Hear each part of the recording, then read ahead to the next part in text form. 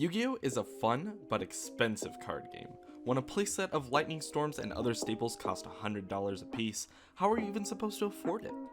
Rather than taking the reckless sealed only route and relying on luck only, I'm going to be taking a much more practical approach. Using my knowledge of the market and just $10 a week, my goal is to climb the competitive ladder and eventually top a YCS or Nationals. This is Yu-Gi-Oh! On a Budget. Before we start today's episode, I want to give you a quick update and let you guys know that I won't be uploading another episode of the Budget series until next Friday, which is January 1st, and I will be presumably uploading every Friday after today's episode. Also, this is a reminder that I have a Patreon and you can support me by clicking the link in the description. That's all, so enjoy the episode. Hey everybody, welcome back to another episode of Yu-Gi-Oh! On a Budget. Today we have something special, as we do every episode. So we have invested today into 2 copies of Overtext Coatless as well as 2 copies of Double Evolution Pill. So these cards were actually like fairly cheap for the most part, but we'll get to the prices here in a second. I'm actually going to group them all together because they came all together. But I believe these were like $1 or $2, and I think these are like 25 cents a piece, something along those lines. I could be wrong, but I might do individual prices up on the screen, I'm not too sure. But anyways, we invested in 2 of each because I think that it is going to be really nice if we send this with like Oviraptor, and then we can just use the effect to get a second copy, or I guess the copy of Double Evolution Pill, activate it, and then summon the second Coatless from the deck. And then, you know, when we do negate a spell or trap, we can use the effect to add another one, and then we can have a fallout for the next turn. So I think this is really nice longevity-wise, just to go ahead and like recycle more cards. It could also be possible to infinitely recycle your entire Dinosaur engine. So if you think about it, if you have you have to have like 1 banished dino at the moment, but you can use like Mist to banish 4, get an Oviraptor, search this, and then you return 5 of your banished dinos to summon this from the from your hand, and then you can recycle all of your dinos back. So it's really nice, and you can recycle itself with its own effect also. I don't think it'll ever come up, but it might. The return 5 banished dinos is like decent. It's an okay summoning condition, right? Something like that. And then alongside it, in the same cart, we were able to pick up 1 copy of Lakey.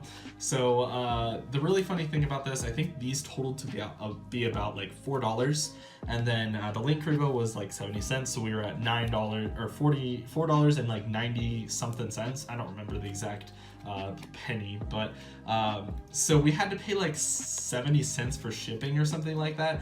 But I ended up finding a True King Lithosogem from the same person, and it was just 25 cents. And if you do know, on TCG Player, if you have an order over $5, you get free shipping.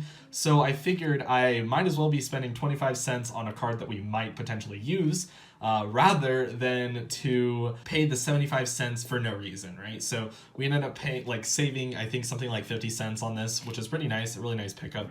But yeah, I think that was a smart idea on my part. And we're just going to put this in our bulk for now, and then we will maybe like come back to it at some point if we want to readdress the like the whole diagram baby engine. I don't know if we'll go that route with the True King stuff, but we have an option because we got this pretty much for free. So that's really nice to put off to the side for now. We're not going to touch it for a long time, but yeah.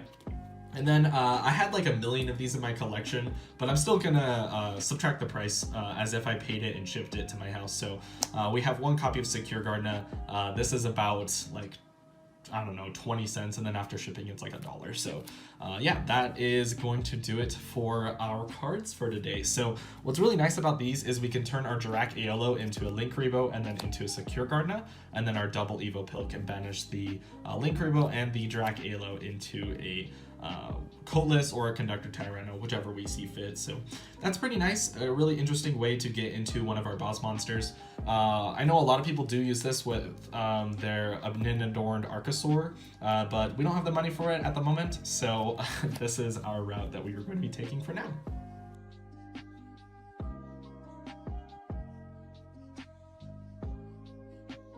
So I'm going to show you guys the combo just like really quick. So this is, you know, the non-conventional way to get to a big boss monster when you don't have Lost World, Oviraptor, you know, etc. stuff like that. So this is just pill miss. So you can discard your miss and then use its effect, banishing for 1. Normally you'd go for a Minotaur Narcosaur here, but instead we have the Aolo since it is our only level 1 option at the moment. Then we can link this one off for a copy of Linkuriboh, and then we can link our Linkuriboh off for a copy of Secure Gardener. Then we can go ahead and banish our Aolo and our Miss for our double evolution pill. And at this moment, we can summon either Coatless or our Conductor Tyranno, whichever one you see fit. If you summon Conductor Tyranno, you can book everything by destroying the Secure Gardener. So that's at least like a decent option, so you don't waste any resources. But you can go for either or in this situation. Coatless actually can't negate unless it destroys itself, because it has to destroy a dinosaur type monster. But so that's good to know, but I think this is still really cool. It's a really easy way to get to our big boss monsters. It might be more worth it to play 3 copies of Pill, but we only got 2 for today, so we'll have to maybe invest into a 3rd one in the future. I don't know, it might come up. This next combo is if we don't have access to Miss, but we have the Oviraptor and the Pill. So we can go ahead and normal summon our Oviraptor and use the effect to pick up a Miss from the deck. Then we can use our Miss, and then we can also go ahead and use our Miss's second effect to special summon a Direct Aolo from the deck. Normally you could go for Chambara here, but we do have the Pill that we kind of want to use. So we can actually just link off our our Aolo into a Linkuriboh, and then we can link our Linkuriboh and our copy of Oviraptor into a Panda Stag, and then use our Pill, banishing the copy of Aolo and the Linkuriboh from the graveyard, and then we can special summon a Conductor Tyranno, which will be doing piercing. So that's pretty cool. It's just a different way to get to the, like, you know, our Conductor Tyranno board. I think that this adds a lot of flexibility to our combos. This just adds a lot of starters to our deck and really helps us push for damage in some certain hands. So we have to cut 4 cards from our list to put these cards in. So unfortunately, I think we are going to be cutting the Unexpected Die Engine as well as the Tyranno Affinity. I guess these essentially accomplish the same thing, right? So like they both summon something from deck. But Unexpected Die can sometimes be a brick, and it's not as great turn like 2 and 3, like following up, you know, turn 3, 4, something like that later on. It's not as great, which is unfortunate. I still really enjoy the card, especially just because like the last episode, just like summoning the Chambara and then like normal summoning Aolo was still like not even a bad play at all. I think that was really good. It ended up winning us the game. So I know that this card is really good, pushes for damage sometimes, but unfortunately, I think we're going to absolutely just cut the entire engine in favor of the Pill engine. We're also going to be cutting Tyranno Affinity from our list. This has had pretty much no use from the last couple of episodes. I think it's come up like once or twice overall in the entire series. So we're just cutting it all together. Unfortunately, it's just not as good as I would have liked it to be. So we're going to be cutting it, and we are going to be adding in the 2 Coatless and the 2 Evo Pill. Obviously, the rest of the cards are just going to be going into the extra deck. And like I said, the True King is going to be put off to the side. So that is going to do it for now for the deck profile, I guess. Or I guess not the deck profile. We'll put it all into Dueling Book, and you can go ahead and see all of the changes as well. Ironically, I said we were going to be cutting the Tyranno Affinity for Giant Rex at some point. I think that title has now gone to Megalo Smasher. I think at some point we're going to be cutting this for the Giant Rex, because I think this has more uses than the Tyranno Affinity, since you can use Survival's End with it. So like I mentioned in the last video. But without further ado, let's go ahead and put this into Dueling Book and see what we can come up with. Alright, so here is the list put into Dueling Book for today that we will be using. So not really a whole lot of changes outside of the cards I mentioned, like the Unexpected Die and the Tyranno Infinity being cut for the Coatless and the Double Evolution Pill. Everything else is like pretty much the same. I don't think there's a whole lot really to say about this list. We also decided to cut the copies of Burial from a Different Dimension entirely from the side deck in favor of Unexpected Die, because this is more often to come up than that will ever come up. Even though I don't think we'll ever side into this card, I think it is going to come up at least a little bit more often. And we're finally into double digits into our extra deck, so that's pretty cool. We're up to 11 cards. We have 4 more slots to fill. At some point in the future, we'll probably fill these with something. So that's pretty cool. This is really nice. Let's go ahead and go into my Discord and see who wants to play. What's really funny about this is that I actually haven't even uploaded episode 4. I'm currently editing it, so I will pretty much catch some people off guard, hopefully. And with this list, since they don't know that I have Gamma right now, which was from the last episode. So let's go ahead and catch some people off guard. So our first match today is against Baloney, and he is on Drytron. So he's on a little bit of a more, I guess, like, easier version. It's not like the most meta version, but that's okay with me because I haven't read a single Drytron card, so I have no idea what anything does outside of that they tribute like for attack value instead of levels. So that's about it. So I normal summon Oviraptor, search for a miscellaneous source, and then discard Miss so my dinos are unaffected. I make a Aeolo, and then I link off for a Link Rebo, then for a secure Garda that I can banish for a double evolution pill. So I searched for the Conductor Tyranno with this hand specifically because I realized it would have a pretty good follow-up for the next turn. And then my Fossil Dig searches for a Petita Renodon. I think I should have searched for a Baby Sayer source, and you'll see why here in a moment. But he starts off with an Extravagance, which I hit with a Overtext Coatless, hitting the Petita Renodon out of my hand and special summoning a Pankratops out of my deck. So if I would have had a Baby Sayer source, I could have summoned the baby with the Pankratops. And then I could have used my Survival Zen to pop the baby and the whatever card on his field. But he Lava Golems me, gets rid of my Pankratops. He might have just Lava Golemed my Baby Sayer source anyways, so I don't know if it really would have mattered, but I'm not sure. So he gets the Field Spell, which gets him a search for any spell or trap. He grabs the one that's a quick launch, and then he specials the Zeta out of the deck. And then I believe he uses the Alpha, or no, Delta, sorry, to go ahead and special summon itself. He reveals a Ritual Monster or Ritual Spell and draws a card. And I decided to like read the card really quick, so that's why he was putting the spell in Trap Zone. Then he uses the effect of the Delta in the graveyard to special summon itself back. And then you can add a ritual spell from the deck to hand. So he adds just, a copy of Drytron, which he already drew for off of Delta's effect or Alpha's effect. I don't know, I'm getting the names kind of confused, but he drew it. And then he goes ahead and activates the ritual spell, and this is when I chance Survival Zen because I realize, hey, if he doesn't have enough attack value, he can't ritual summon. So I hit one of the Drytrons and it's stuck at 2000 attack. He doesn't have any ritual in the graveyard with that attack value, and so he's basically forced to pass his turn. So he adds the ritual spell back to hand. And that's fine with me. Lava Golem's mandatory effect applies in the standby phase. I take 1000 damage. I banish 2 dinos out of my graveyard to get a Conductor Tyranno, and I have extra dinos in my grave as well, so I decide why not, I'll get a second one. So the effect of Conductor Tyranno is going to send it to the graveyard. He's going to take 1000 damage, and unfortunately for him, this is 7500 outside of the first 1000 with the Conductor, so it's 8500 total, so he ends up losing the match here. So, or not the match, sorry, the game. And so moving into game number 2, I believe he opts to go first this time. He starts off with a Pot of Extravagance. I don't have Ash, obviously, so this is fine. And then he's going to activate Pre-Preparation of Rites to search for Dawn of the Herald and the Herald of Perfection. So this is a really neat tech in the Drytron deck, because you can basically put up like minimum 2 negates off of this Herald, which is really nice. So he gets the Field Spell, grabbing the in-archetype Quick Launch, special summoning a Zeta from deck, whereof thou can get him search for Delta, and then he can use the effect to special summon the itself, or special summon Alpha out of the hand, and then it searches for a ritual monster. He's going to grab a Benton. He's going to use that as tribute fodder for the copy of Herald Perfection. Dawn of the Herald is going to add the Benton back to hand, as well as add another copy of Benton from the deck, and then he's going to use the effect of Zeta in the graveyard, tributing the Benton to special summon itself. He's going to add the ritual spell, and then Benton's going to grab a second copy of Benton, and then he's going to use the effect of Delta to special summon itself, revealing a ritual spell in the hand to draw a card. Draws into Extravagance, which is kind of unlucky since he already drew an Extravagance, or he used Extravagance this turn. So he decides to set a card and passes his turn. I know that he has 2 copies of Benton in his hand, so that's at minimum 2 negates. So I activate Fossil Dig, and he doesn't do anything for it, which is fine.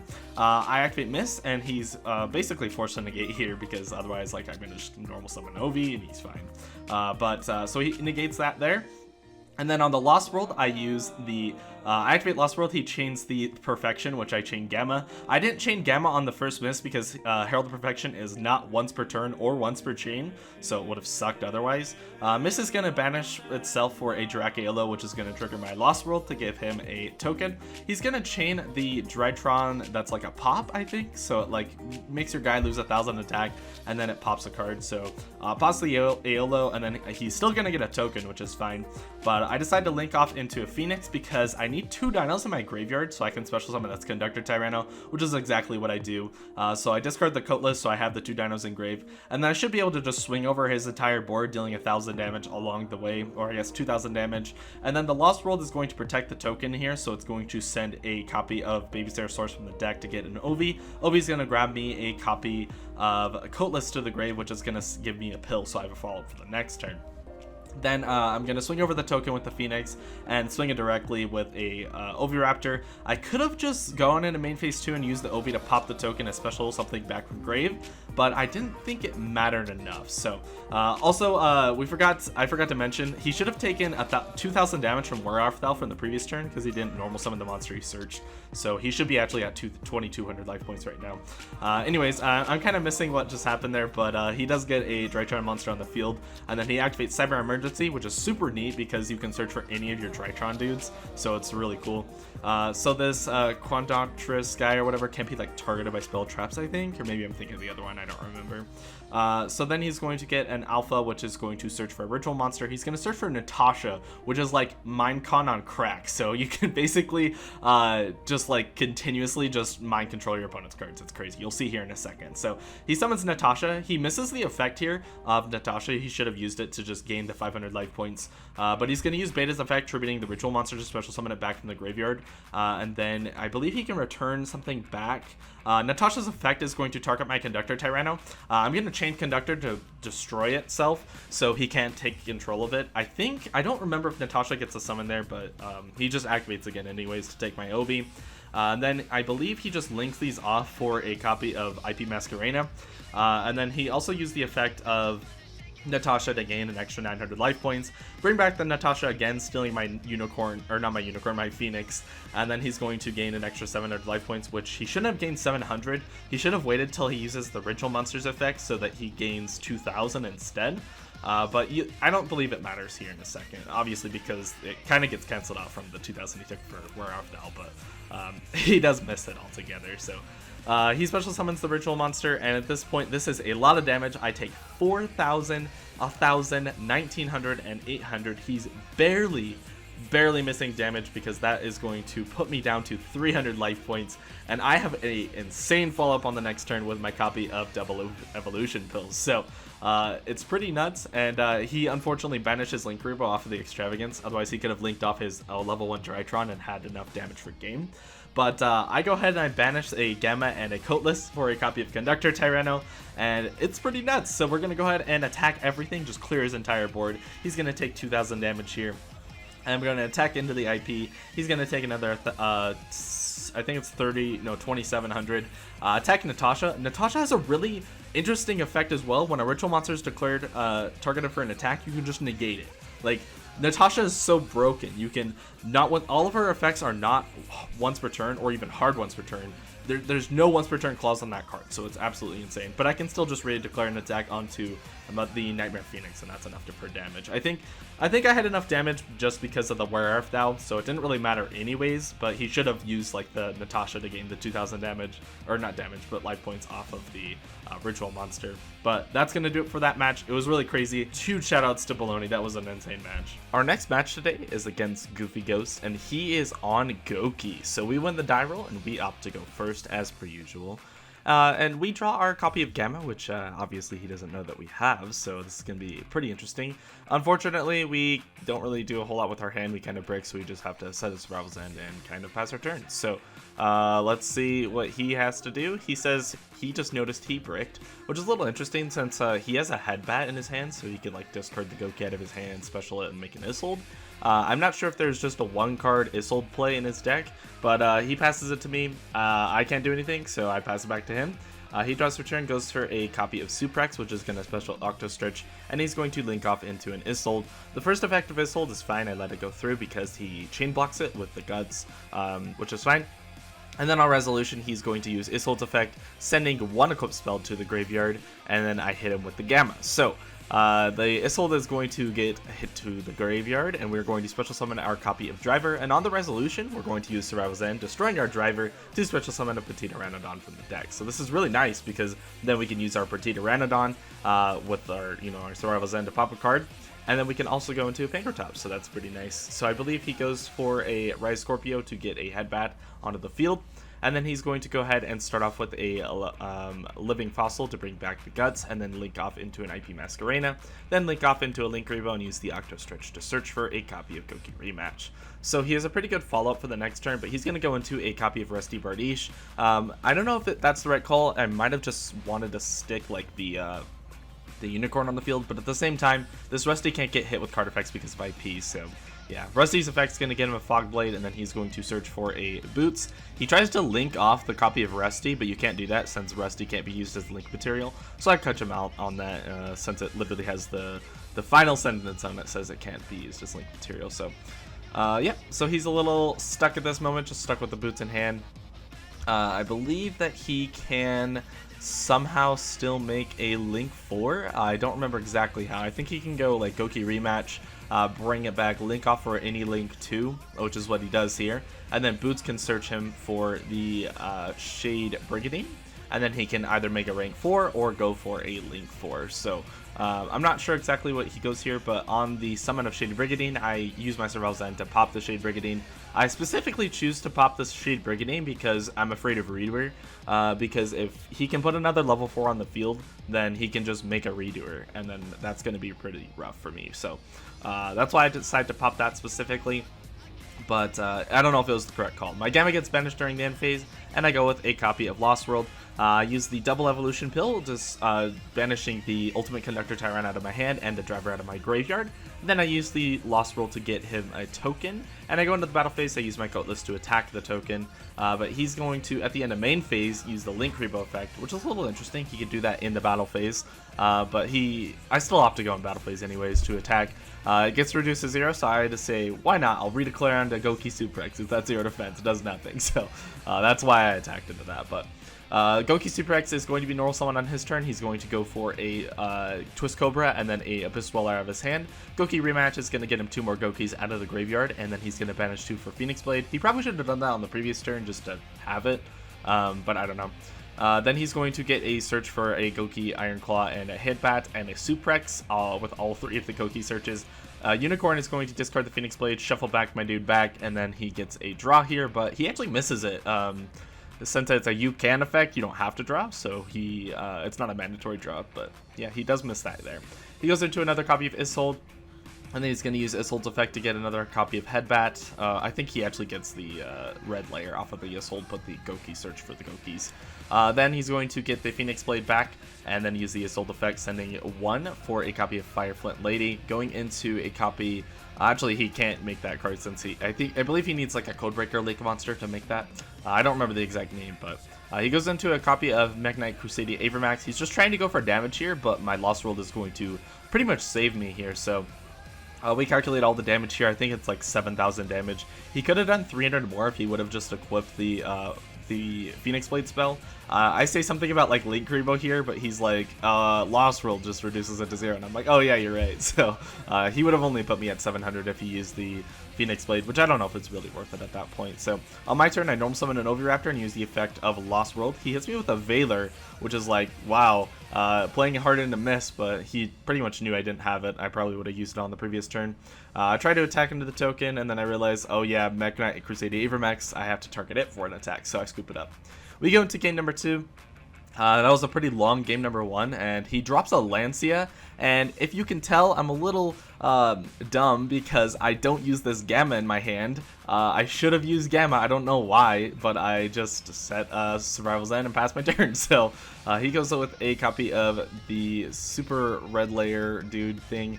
And then I go with a copy of Survival Zen when he summons a Shade Brigandine. So it's a normal monster, so I destroy it, special summon a Dino out of my deck, give him a token with Lost World. which I don't know if I should have done since he can just use that for Link Kariba material, but whatever.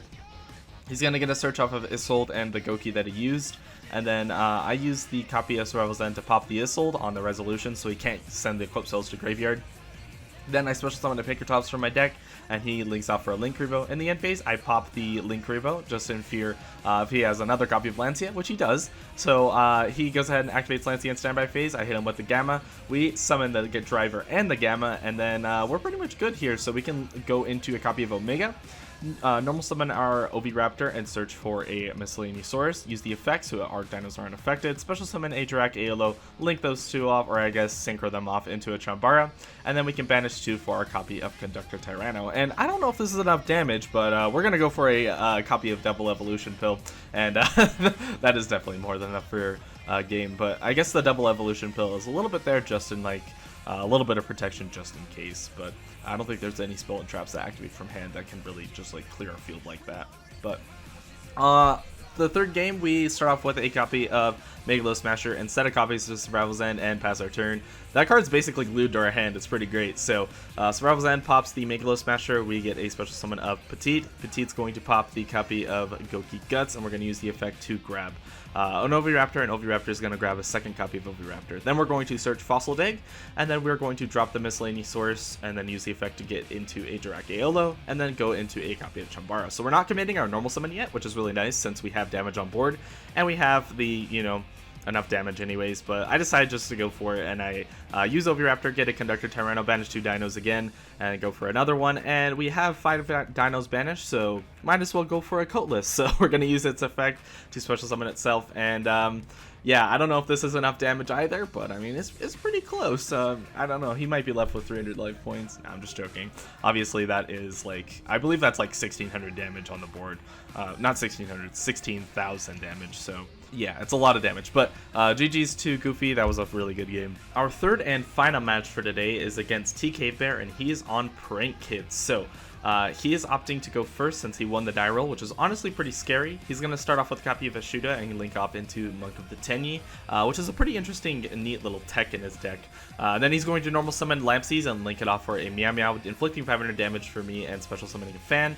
Fan is going to be linked off with a Meow into a Doodle, which is going to send a Plan to the graveyard, special a drop, and he's going to search for a Pandemonium out of the deck. So he has a lot of cards in his hand at this point, or not, I mean not in his hand, but a lot of advantage, at least on the field. Then he's going to use Doodle's effect to go ahead and grab back the Lamp and the Fan back from the graveyard. Prank Kids Pranks is going to use its effect to discard the drop and summon the token. I believe he's just going to set 2 cards to pass his turn here. I think he could have made the Link 2 here, which would have been really good for him, since it would have gotten more advantage and he could have protected his Link monster, or his, you know, Prank Kids monsters in general. But he opted not to do that, which is a little weird. He's going to Solemn Judgment my normal summon, so I probably should have used this copy of Miscellaneousaurus. I use it a little late here, but I activate my copy of Miscellaneousaurus. He's going to go into a Battle Butler and use all of their effects.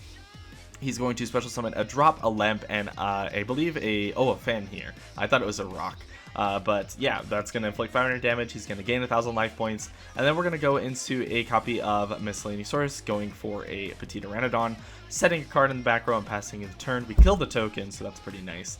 And then our Morella is going to clear over this copy of Battle Butler, and then we're going to use the Petite's effect to special summon a Dino from the deck. He can also use Battle Butler's effect, which I had no idea was even a thing. If it's destroyed by your possession sent to the graveyard by an opponent's card, you can special summon a non-fusion from the grave, which is like crazy. And he drew a Pot of Avarice return, so that's like insane. He just has so much advantage. My Pinkertops was able to kill the Link monster yet again, but at that point he just has everything. He drew the Poly, can make a Battle Butler. At this point, it's like pretty much game, since he should be able to put enough damage on the board. But I do want to see if he can. So he special summoned 2 more copies of Dropsies from the deck, and then he goes into a Toad, and then he's going to link off the Rock for a copy of Meow, and then he's going to get a special for the Fan. Why not? And then I believe he links those off for another copy of Doodle, which is going to get him a search. But at this point, let's see, 3,000, 2,022, that's 8,200. Not even including the Monk or even anything else he can put on the board. But he normal summons the Roxy's because, you know, why not? I believe this is over 10,000 points of damage. And we were already at like 6,500, I believe. So it didn't really matter. This was easily game on his part. So moving into game number 2, I believe that I opt to go first this time.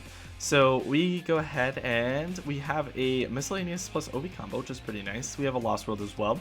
So we use the Lost World and activate our Oviraptor, and then he activates Valor, which means we can chain our miscellaneous source, and we're good here. So we can use the Oviraptor's effect to get rid of the token, protect it with Lost World, send a baby, special summon Miss, and then go into a Lagia, banish 2 for a Petite, and then go into end phase, pop the Petite, and special summon a Pankratops. So we have 2 interruptions here. He's going to use the Feather Duster on the Lost World, which is a pretty decent option actually. Vashuda can special summon itself, even though he controls a monster, but it's a normal monster, so he's fine to special summon it.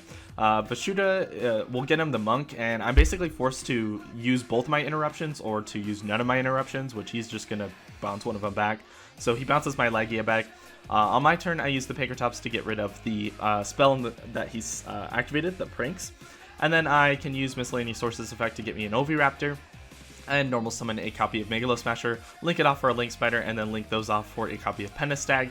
And then I can go ahead and special summon a copy of Coatless by banishing 5 of my banished dinos, or returning 5 of my banished dinos into the deck. And then I use the double evolution pill, banishing the Link Spider and the Megalo Smasher into a copy of Conductor Tyranno. So this Conductor can do piercing, so that's 3,500 right there, and 2,500, so that's a lot of damage just by itself. I believe that'll put him down to 25, which means the Coatless can just attack for game since it's 27. So that it was a really quick game number 2, and going into game number 3, I believe he opts to go first yet again. So he drew the Polymerization, which is like really good as well. So going into a copy of Meow Meow, he can use the effect of Rock to banish a rock, draw a card, and then he's going to special summon a copy of Fan, use the Prank Kids Planks to search for a copy of Dropsies, and then link those off for a Doodle, and then use the effect of Doodle to grab, I believe he grabs the Pandemonium here.